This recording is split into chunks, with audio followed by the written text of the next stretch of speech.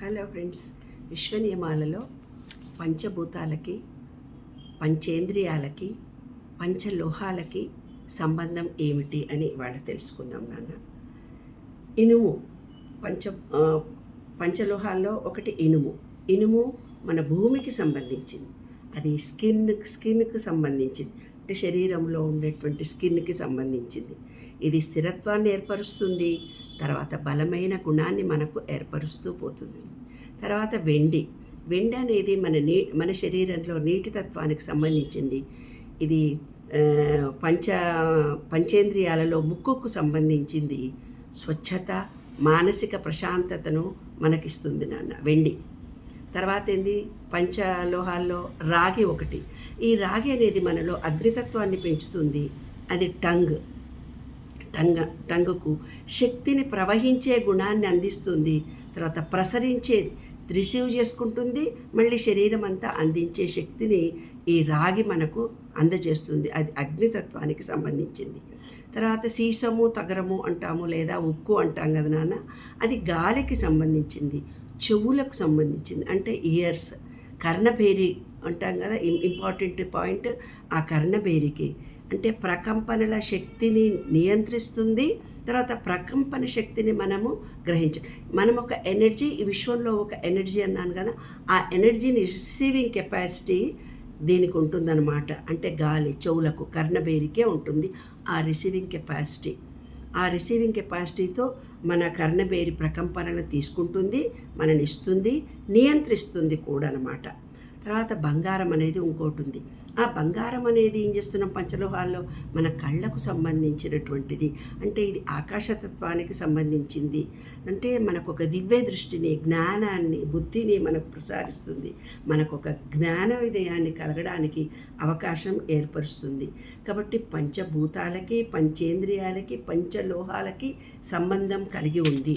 తర్వాత ఇంకోటి పంచభూతాలు ఉన్నాయి, పంచలోహాలకి ఏ విధంగా సంబంధం ఉందో మనం బయట ఉండే వాటికి మనం ఏ విధమైనటువంటి సంబంధ బాంధవ్యాలు ఉన్నాయో ఇంకొకసారి మనం ఆలోచిద్దాం నాన్న. పంచభూతాలు అంటే బయట ఉన్నాయి కదా, మనం పంచేంద్రియాల గురించి తెలుసుకున్నాం ఇందాక. పంచభూతాలు కూడా ఉన్నాయి కదా. బంగారం అనేది సూర్యశక్తి కళ్ళు అని చెప్పాను కదా.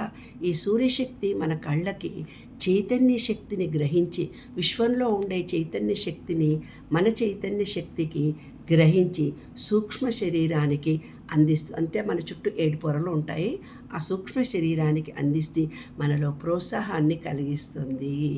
తర్వాత వెండి అనేది ఈ పంచభూతాలకి ఏ విధంగా ఉపయోగపడుతుందంటే చంద్రశక్తికి ఇందాక బంగారము సూర్యశక్తి అని చెప్పాను కదా. ఈ వెండి అనేది చంద్రశక్తికి, ఆజ్ఞాచక్రానికి, మనసు ప్రశాంతత ఉండడానికి ఇది తోడ్పడుతుంది. శరీరంలో మన ద్రవతత్వానికి, అంటే శరీరంలో వాటర్ రక్తము, వాటర్ ఉంటుంది కదా, దాన్ని ఈక్వల్ చేస్తుందన్నమాట. శరీరంలో ద్రవతత్వాన్ని సమతుల్యం చేయడానికి ఈ వెండి మనకు ఉపయోగపడుతుంది. తర్వాత రాగి ఉంది. ఈ రాగి అగ్నితత్వానికి ఇందాక చెప్పుకున్నాం కదా. మానసికంగా, శారీరకంగా మనకు ఒక రోగ నిరోధక శక్తిని పెంచుతుంది. తర్వాత రోగ నిరోధక శక్తిని మనం పెంచి మన ఇమ్యూనిటీ లెవెల్స్ని పెంచుతుంది. అందుకే రాగి చెంబులో నీళ్లు తాగండి అంటారు నాన్న. తర్వాత ఇత్తడి అనేది వాయుశక్తికి సంబంధించింది, ప్రాణశక్తికి సంబంధించింది.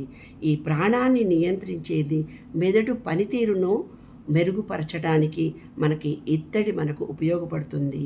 ఈ బయట ఉండే పంచభూతాల్లో వాయుశక్తికి మన శరీరంలో ఇత్తడికి సంబంధాన్ని కలిగి ఉంటుంది. ఇత్తడి పంచభూతాలు, పంచలోహాలకి సంబంధం చెప్పుకుంటున్నాం ఇప్పుడు. తర్వాత ఉక్కు అనేది ఇందాక చెప్పాను కదా, తగరము, అది ఏదైనా ఒకటే. అయితే అది ఏం చేస్తుంది, ఉక్కుకు సంబంధించింది పృథ్వీ శక్తిని మనలో పెంపొందింపచేస్తుంది. అంటే భూతత్వాన్ని మనకు పెంపొందింపచేస్తుంది. అంటే స్థిరమైన బలమైన నిర్ణయాలని, బలాన్ని చేకూర్చి ఒక స్థిరత్వాన్ని మనకు ఇస్తుంది అని అర్థం అనమాట. ఈ పంచలోహాలను కనుక మనకు ధరిస్తే అంటే ఒక ధ్వని తరంగాల ద్వారా మనలో ఉండే ఎనర్జీ లెవెల్స్ని ఇంక్రీజ్ చేస్తుంది. ఎనర్జీ లెవెల్స్ ఇంక్రీజ్ చేయడం అంటే ఏంటమ్మా, విశ్వంలో ఒక ఎనర్జీ ఉంది, మనలో ఉండే ఈ చిప్లో ఒక ఎనర్జీ ఉందని చెప్పాను కదా. ఆ ఎనర్జీ లెవెల్స్ను విశ్వంలో ఉండే ఎనర్జీ లెవెల్స్కు అటాచ్మెంట్ ఎప్పుడైతే కలుగుతామో నీవు అనుకున్న కోరిక సత్వరంగా నెరవేరుతుంది. విశ్వ నియమాల్లో ఇవన్నీ బేసిక్స్ అన్నమాట. ఇవి తెలిస్తేనే విశ్వ నియమాలకి విశ్వంతో మనము అటాచ్మెంట్ పెంచుకొని మనం ఏమంటే అది జరుగుతుంది.